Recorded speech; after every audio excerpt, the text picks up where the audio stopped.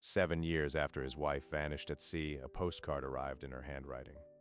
Christopher Bain, 71, stood frozen in the snow, holding the tropical card. The handwriting was unmistakable. Looped L, slight slant. A message from a dead woman. This is not possible. The postmark. Harborville, Maine. Her estranged sister's town. Laura hadn't spoken to Cynthia in 25 years. The sea had swallowed her on a moonless night in 2019. The Coast Guard never found a body. A 30th anniversary cruise. Caribbean waters. A stateroom with a balcony. Laura wanted to feel the warm air one last time before the Vermont winter. Christopher fell asleep after a bottle of champagne. He woke at 2 a.m. The balcony door hung open. The chair was overturned. Laura was gone. He screamed her name until his voice broke. 3 days of searching. No body. And now, 7 years later, this postcard. The years that followed were a slow gray drift. They keep telling me to move on, as if moving on is a place you can drive to. He attended every Tuesday, but never spoke again after that first year. Her side of the closet remained untouched. Dresses, shoes, a sweater she wore the day they left Vermont. He refused to claim the $3 million life insurance. No body, no death. No death meant she could still be out there.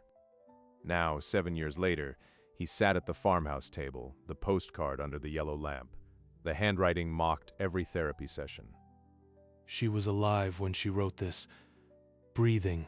Thinking. He turned the card over. The message was brief. Just 3 words repeated. I'm sorry, I'm sorry, I'm sorry. He folded the postcard into his coat. For the first time in 7 years, he thought about driving to Maine. That night, Christopher spread her old letters across the table, setting the postcard beside them. The loops, the slant, the tiny tremble in the crossbars. It was Laura's hand. She sat somewhere and wrote this. Breathing, thinking, sealing the envelope. The postmark yanked him toward a name he'd buried long ago. Cynthia Marsh, Laura's estranged sister. The woman Laura called dead to me after their mother's funeral. He couldn't walk into that town unarmed. He needed someone who knew how to chase ghosts. By noon, he was on the phone with a private investigator from Burlington. Peter Darrow sounded like a man who'd heard every strange request. Mr. Bain, tell me what happened. My wife vanished from a cruise ship in 2019. No body. Yesterday I got a postcard. Her handwriting. Postmarked from Harborville, Maine. The silence on the line was heavy, the kind that comes when a professional recalibrates. I've seen stranger things, but not many. I'll need the card and a retainer. The postcard arrived at Peter Darrow's desk by courier on Thursday. By Monday morning, he called Christopher with a voice heavier than before. Cynthia Marsh still lives in Harborville. She runs a bakery on Main Street. And a clerk at the post office remembers a woman who looks like your wife. Tall, silver hair, thin, mailing a postcard. That's her. That's Laura. I'm driving up there. Today. He threw a duffel bag into the back of the old SUV. Inside, a change of clothes, the postcard, a photograph of Laura from their last anniversary. The engine turned over with a stubborn growl. The road stretched ahead white and silent. On the passenger seat, the road map was folded to Harborville, a red circle drawn around the name. For the first time in 7 years, he wasn't driving away from a memory. He was driving toward a ghost. Harborville appeared through the snow like a postcard of its own, white clapboard buildings, a frozen harbor, and a single road that seemed to forget the rest of the world. He checked into the Harborview Motel, a key on a green plastic fob, a room that smelled of salt and old carpet. By 8 the next morning, he was parked across from Sweet Cynthia's bakery, the engine off, the cold creeping through the windows. At 10:15, the bakery door swung open. A woman stepped out, tall, thin, a heavy coat pulled tight, silver hair dusted with snow. The way she tilted her head into the wind, that tiny hesitation at the curb. It's her. He stumbled out of the SUV. She was already 20 yards ahead, moving past the hardware store, a ghost dissolving into flurries. He called her name. The wind ate the sound. By the time he reached the corner, the sidewalk was empty. He stood in the swirling snow, scanning every doorway. Nothing. Just the faint scent of bread and diesel from the harbor. She's here. I didn't imagine it. He waited until the lunch crowd thinned, then pushed through the bell door. Warm air and the scent of yeast wrapped around him. Cynthia Marsh looked up from a tray of croissants, and the color bled from her face. Cynthia, it's Christopher Bain. I don't know who that is. The flush started at her throat and climbed. The tray rattled in her grip. Laura sent me a postcard, Cynthia, from this town. Your home address on the envelope. Laura died 7 years ago. You know that better than anyone. But the words came too fast. A speech she'd practiced 100 times. I saw her this morning. Silver hair, thin, walking out of this bakery. Cynthia's hand drifted toward the back door. She caught herself, turned away, and busied her hands with a tray of scones. The conversation was over. He left. The bell above the door was the only sound. Back in his frozen motel room, Christopher dialed Peter Darrow. The phone rang twice before the investigator's quiet voice filled the line. Cynthia Marsh paid cash for a small powerboat rental in the Bahamas 2 weeks before your cruise, and she didn't go alone. The rental form has 2 signatures. The second name is smudged deliberately. A boat. To get her off the ship. That's how they did it. It fits the timeline. A small boat could reach the cruise liner's leeward side without detection in those waters. A fax machine in the motel office buzzed 20 minutes later. Bank statements, flight itineraries, a single piece of paper that changed everything. Cynthia Marsh flew from Portland to Fort Lauderdale 11 months before the cruise. She stayed 3 nights. A rental car invoice showed a trip to a small marina, the same one where the boat was hired. Laura told me she hadn't spoken to Cynthia in 25 years. That was a lie. It looks premeditated. The sister, the boat, the trip, it's a paper trail of intent. Christopher hung up and sat in the dark. The postcard was no longer a ghost's whisper. It was the last thread of a rope that had been cut 7 years ago. The next evening, Christopher watched Cynthia lock the bakery. She drove east, out of town. He kept his headlights off, following the faint glow of her taillights through the snow. She turned into a long driveway marked with a wooden sign, Harbor House, a hospice. He parked on the road and walked up the gravel path, breath clouding the air. Through the frost-glazed window, a woman lay in a narrow bed, oxygen tubes, a pale, thin arm. Christopher pressed his palm to the cold glass. The woman's head turned, and it was Laura, gaunt, dying, but alive. 7 years. And she's here, breathing. He didn't knock. He wasn't ready. The snow gathered on his shoulders as he just stood there, frozen. Then, without a sound, he backed away into the night, his own footprints filling with fresh snow. He drove back to the motel and sat in the parking lot until the dashboard clock read midnight, the engine ticking in the cold. He returned at dawn, when the hospice hallway was empty and silent. Through the open door, he saw the narrow bed, the pale form barely rising with breath. Then her eyelids fluttered open, and she registered the figure in the doorway. The monitor beside her blipped faster. Christopher? You're alive. I'm dying, Christopher. Pancreatic cancer. There's no point in pretending. Please, sit. He crossed the room and sat in the chair beside her bed, his hands resting on his knees. Come back this evening. I'll tell you everything. The cruise, the planning, the man who helped. Just a few hours, please. He stared at her for a long, unblinking minute. His throat moved, but no sound came. Then he nodded, a single, sharp motion. He walked out into the cold morning, the promise of answers like a stone lodged beneath his ribs. The door clicked shut behind him. That evening, Christopher returned to Harbor House. The room was dim. Laura was propped up, hands skeletal on the blanket. His name was Richard Cole. We met in Florida 6 years before the cruise. For 3 years, she met him secretly, a rented sailboat in the Keys. He thought she was at a book club.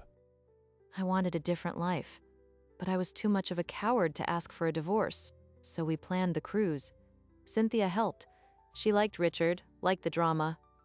The small boat waited 200 yards off the liner.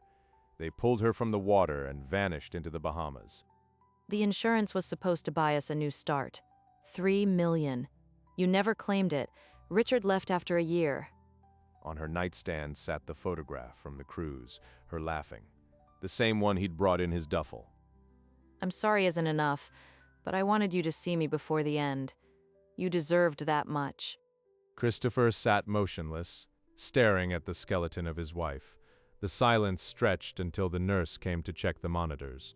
When the nurse finally left them alone, Christopher leaned forward. His voice came out like gravel. Where is Richard now? He left. When the insurance money never came, he disappeared. I don't know where. Christopher stood, the chair scraping the floor. He left without another word. Back at the motel, he sat on the edge of the bed and dialed Peter Darrow. The investigator listened without interruption. Give me the name. I'll find him, Christopher. It's what I do. 3 days later, a fax machine in the motel office clattered to life. Peter Darrow's handwriting covered the cover sheet. Richard Cole, living in a faded trailer park outside Tampa, using the alias Robert Crane. The man who helped destroy my life is one phone call away from a federal charge. But he folded the paper, tucked it into his coat, and pointed the car toward the hospice. The law could wait. Each morning, he drove to Harbor House and sat in the plastic chair beside her bed. We were happy the first 20 years. You built the farmhouse. I planted the garden. Then the kids left and the silence grew. The silence I thought was peace. For her, it was a cage. You never asked if I was happy. I didn't know how to tell you. He listened. He didn't argue. He let the words sink into the space where his anger lived. Cynthia was just waiting for me to ask. She hated you for taking me away. He brought her tea from the bakery one morning, setting the paper cup on her bedside table without comment. Why are you here, Christopher? You could walk away. I need to understand, even if I can't forgive. She closed her eyes. He stayed until the nurse dimmed the lights. Some nights he spoke. Some nights he just watched her breathe. On the 10th morning, the nurse met him in the hallway before he could reach the room. Her voice was practiced. We've moved her to palliative care. It could be hours, maybe a day. He walked into the new room. Laura had shrunk into the pillows, her breath thin and fast. Her eyes stayed closed. Only the twitch of her fingers showed she knew he was there. Christopher pulled the chair close. He took her hand, the bones fragile as bird bones. Don't leave me. I'm not going anywhere. I promise. He canceled his motel room. The nurse brought him a thin pillow and a blanket that smelled of bleach. He called Peter Darrow. The only words he spoke: "Wait on Richard. Everything else can freeze." Then he sat in the plastic chair and didn't move. The snow piled against the window.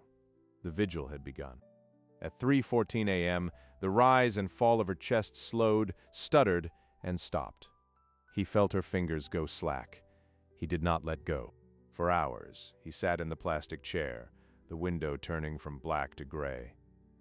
When the nurses came, they moved carefully. One asked if he was family. She was my wife. They drew the sheet up. The room became just a room. In the corridor, he dialed Cynthia. His voice came out like a stone dropping into water. "It's done! Come!" Then he hung up. He walked out of Harbor House into a world muffled by fresh snow. The sun was weak, barely there.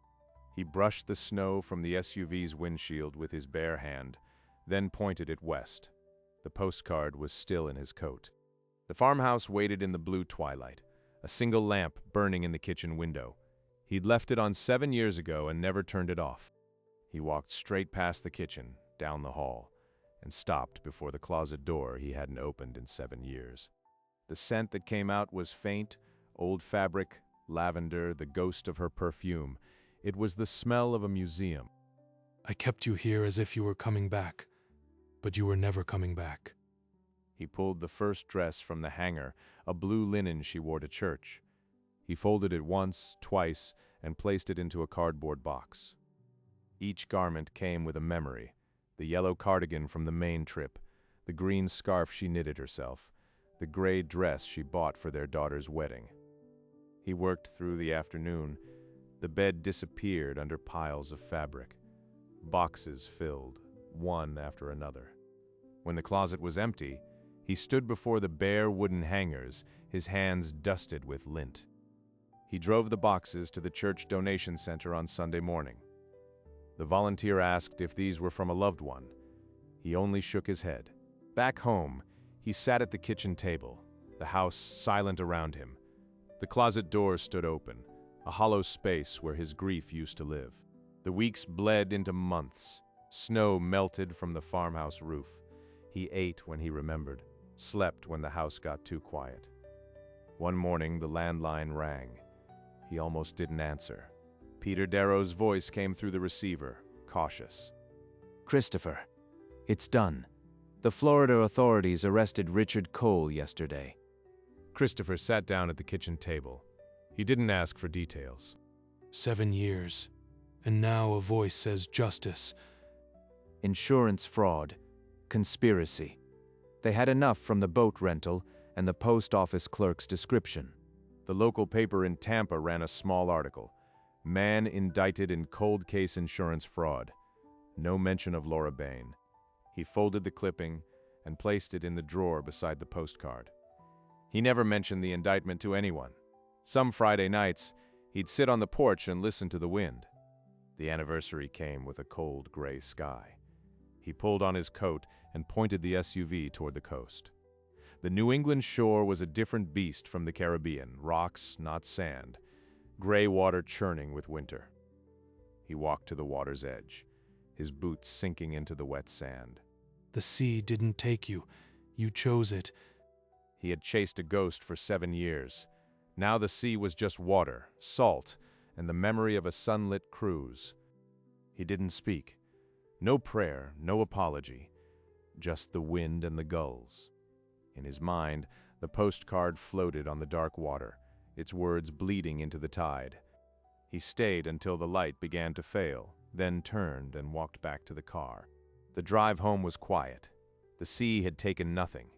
It had only returned what was always his, the ability to breathe. Back at the farmhouse, he made coffee and sat at the kitchen table. The empty chair across from him no longer felt like an accusation. He set the coffee down and walked to the bedroom. The postcard and the folded article lay on the dresser where he'd left them. He picked up the postcard first, then the newspaper clipping. He opened the top drawer. He placed them inside, side by side. The postcard and the man who once threatened to destroy everything. You belong here now. Not in my hand, not in my coat. Just a memory. He closed the drawer. The house was silent, but not empty. In the morning, he made coffee again. The routine felt less like a ritual of survival and more like an ordinary day. He watched the sunrise through the kitchen window. The light touched the empty chair and didn't linger. He didn't need to check the mailbox obsessively anymore. The walk down the driveway was now just a walk. The postcard lay in the dark, its words no longer a wound. It was a scar, tender, but closed. Life resumed in small ways. A book by the chair, a garden catalog in the mail, the old man at peace. Spring arrived without fanfare, just a slow loosening of the frost. One morning, Christopher carried a spade and a packet of seeds to the garden plot. He knelt in the dirt, the cold of the earth seeping through his jeans. His hands worked the soil, breaking clods that had lain untouched for 7 years. He remembered the way she'd marked the rows with string, her fingers quick and certain. Now it was just him, a spade, and a dozen seeds the size of peppercorns. The sun climbed. Sweat beaded on his forehead. He didn't stop. By noon, shallow furrows crossed the plot. He pressed a seed into each, covering them gently. When he stood, his back ached, but something tight in his chest had loosened. The corner of his mouth lifted. He looked at the bare earth and saw not a grave but a beginning. On quiet evenings, he allowed himself to remember the woman before the plan. The one who stood at the altar, eyes bright with a promise she couldn't keep. She wasn't a lie. She was just more than one thing. He recalled the way she'd kneel in the garden, humming off-key, her hands dark with soil. That laugh on the cruise deck wasn't a performance. It was real. The same hands that planted seeds wrote that postcard. He didn't need to split her into good and evil anymore. He closed his eyes and saw her in the garden, then in the hospice bed. He held both images gently, like fragile seedlings. The woman he loved and the woman who left him were the same person. He could carry both now. Some Tuesday evenings, he still drove to the church basement. He sat in the back row and said nothing, just listened. No one here knows what I know, and that's how it should be. He drove home under a dark sky, headlights cutting through the trees. Inside, the house was quiet. He poured a glass of water and stood at the window, looking at nothing in particular. The postcard lay in the drawer, untouched, the article beside it. He never spoke of what happened in Harborville, not to Peter, not to the group, not to anyone. His silence was not a burden. It was the last door he closed. The farmhouse stood in the valley, its windows glowing at dusk. The world never knew, and he liked it that way. On the last Tuesday of winter, Christopher pulled on his coat and walked the snowy road toward the sunrise. The snow had stopped in the night, leaving the world pale and silent. His boots crunched a steady rhythm, his breath a ghost that disappeared into the cold. He did not carry the postcard. It lay in the drawer, a scar now, not a wound. The sun broke over the hills, spilling orange, and rose across the fields. His shadow stretched behind him, long and thin, pointing back toward the farmhouse. He walked without hurry, because he had finally stopped running from the past. The air was sharp and clean, and his lungs drank it in like a man released from a long thirst. He thought of the postcard, the hospice, the sea, and released them to the morning. Then he walked on into the light. A man who had carried the truth so long it became a part of him. He never spoke of it, and that was enough.